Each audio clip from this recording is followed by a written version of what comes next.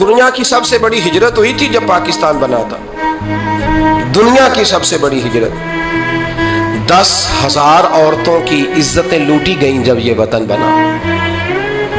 لاکھوں لوگوں نے جانوں کی قربانیاں دیں.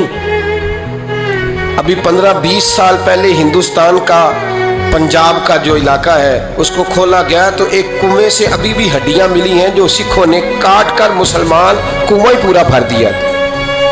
اس تکلیف کے ساتھ وطن بنا. کس لیے؟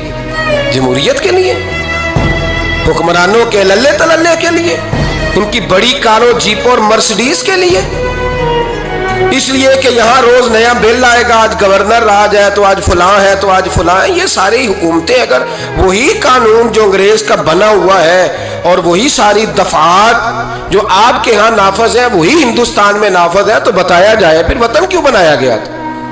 پھر کیا ضرورت تھی؟ یہ سارے کام تو وہاں بھی ہو رہے ہیں. اس لیے میرے بھائی وطن کے نظریے کو سمجھے. وطن بنا تھا لا الہ الا اللہ محمد رسول اللہ صلی اللہ علیہ وسلم. اور اقبال جو بانی پاکستان ہے، جو مصور پاکستان ہے، جو تصویر دینے والے ہیں پاکستان، ان سے کسی نے کہا تھا کیوں پاکستان بنانا چاہتے ہو؟ ہم جو ایک ملت جو ہیں ہندوستانی ایک ملت ہے، قوم ہے، تو کیا ضرورت ہے؟ تو اقبال کہنے لگے اپنی ملت پر قیاس اقوام مغرب سے نہ کر، خاص ہے ترکیب میں قوم رسول ہاشمی.